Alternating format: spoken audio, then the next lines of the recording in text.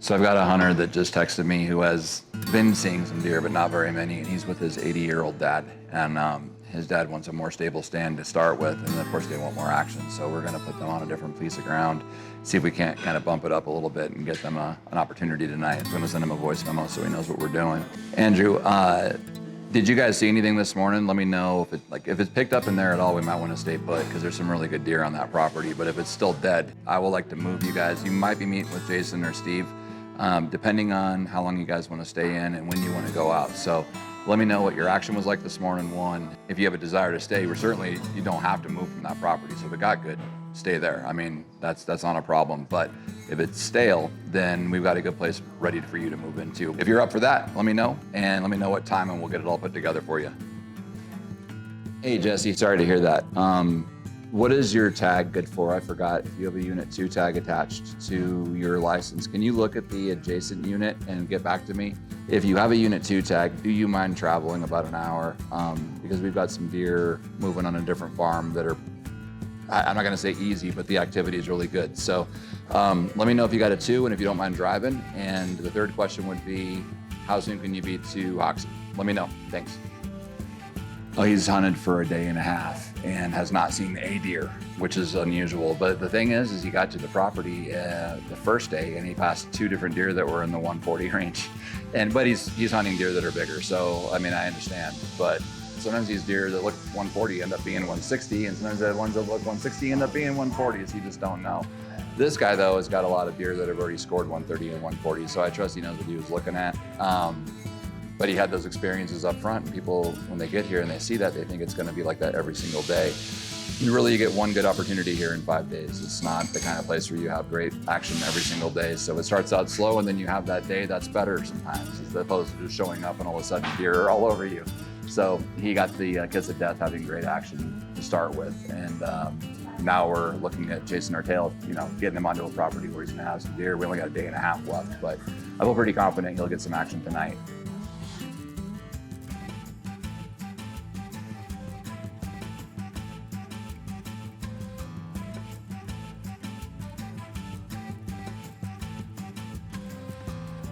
This is the one I think I want you to shoot. And I think he's well over 150. You may not agree with me, but we killed a deer that I think is his dad 2 years ago. Mm-hmm. This guy let this deer go. He thought he was only like 140, but I think he's closer to 60, honestly. Wait till he turns his head. Got a real good mass. He does. He's not real deep, but he doesn't need to be with all that mass. And the main beams are fucking solid. So there's this buck. There's another really nice 8-point.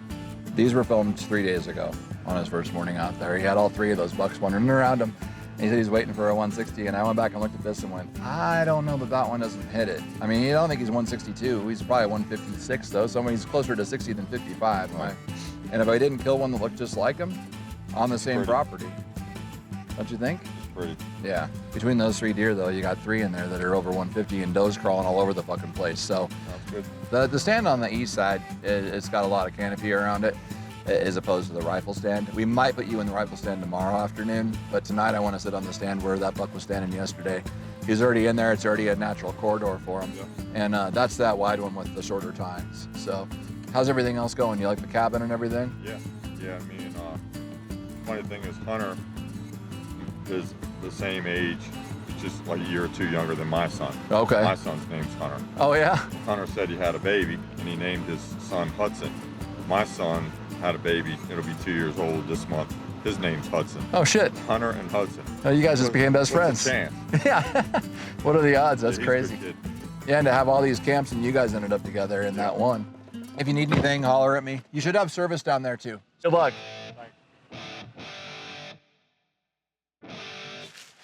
This is fucking cool, man, because with the stand right there, you just stand up and shoot backwards, but this is gonna be a hell of a good set for what we're doing. And we're actually putting up a new set, and this stand here, we're gonna just refresh it a little bit with new straps.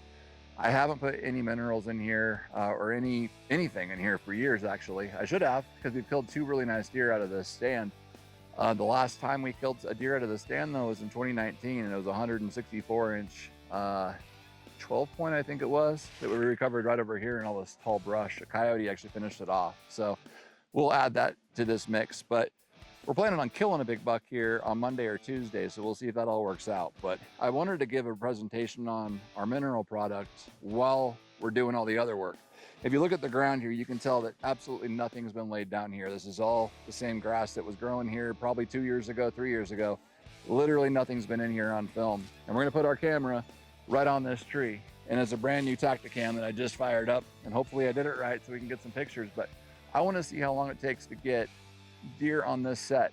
So really all this is, there's a lot of products in here, but the foundation of it's a lot of salt minerals. What I believe the hidden ingredient in here, the secret ingredient, is the essential oils that we've mixed in here as well. But we do give a guaranteed analysis of all the minerals that are in there by federal law. And you probably think this is too small to really make a difference, but I'll tell you, when I put it out, you will see how powdery this stuff is. I mean, you can even see right now how dusty, it's almost smoke that comes off of this, right? So we want to be really careful how we put it out, because there's a slight breeze and we don't want it all ending up over here 40 yards away. Also, from the point where your camera's going to be on your tree, you got to come out maybe like 2 steps, and then what I want people to do is just lightly powder the ground. But you can, I don't know if the camera can pick it up or not, but all the powder that's going that way is better off left here, okay? And this is just going to establish the area. This isn't going to grow bigger deer for you. You're not going to get an extra 20 inches on your herd on a rack on a free range whitetail. But you spread it all out like that. That alone will draw attention from the deer. Now in a hunting situation, I think it's best to add something on top of it that they do know, like corn. So you're going to probably say, well, yeah, you know, of course they came into the corn. No, yeah, there's cornfields all around here. They love corn and they do know that smell. The point of putting corn on top of it is to get them acclimated to the scent that they're wondering about. They'll come in, they're curious, they smell that, they may stop for a picture and then move on and never eat it. But if you put corn on top of it, they'll lick the corn and then they'll pick this stuff up automatically. Then they figure out that they like it. Once they taste it, they'll keep coming back here for months just on this little tiny bit. Again, we're putting the corn out just to draw the deer in that are curious, that haven't smelled it. This time of year, it's the 14th of November right now, so a lot of bucks are cruising through the area. They've never even smelled this before. So between the corn and the scent that all the does and fawns lay down, because they'll be grubbing this, that's going to pull more and more animals in. I'm going to set this camera on this tree. It's 11:14. I'm going to set this up, this Tacticam here, and we'll report later, and we'll add these videos, these pictures, even if they're does, to this film so you guys can see how fast your do hit this, or don't. If it doesn't work, we're still going to post it.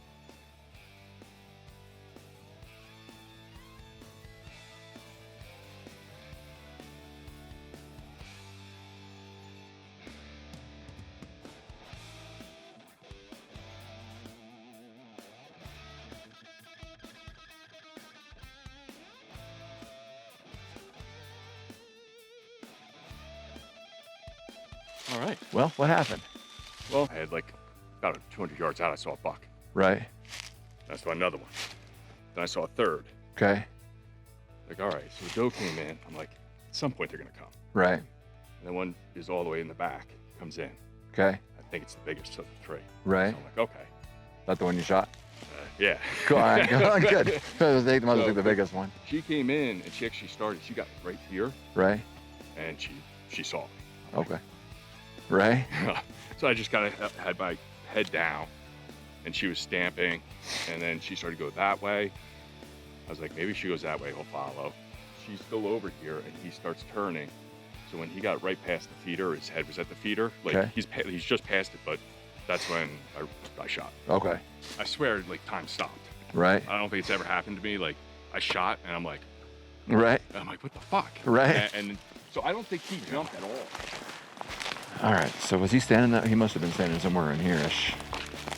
I had him over here. All right. I want to look at the arrow. If you want to look for blood drops right there. You got him. He's definitely hit. Got good blood. Doesn't stink. Just gotta find the trail. I'm gonna leave your arrow right there just for point of reference, okay? Got some? There's a bunch. Oh, you fucking drilled them, dude. I think I see a dead deer right there, my friend. Hit him right where just a little higher than I wanted.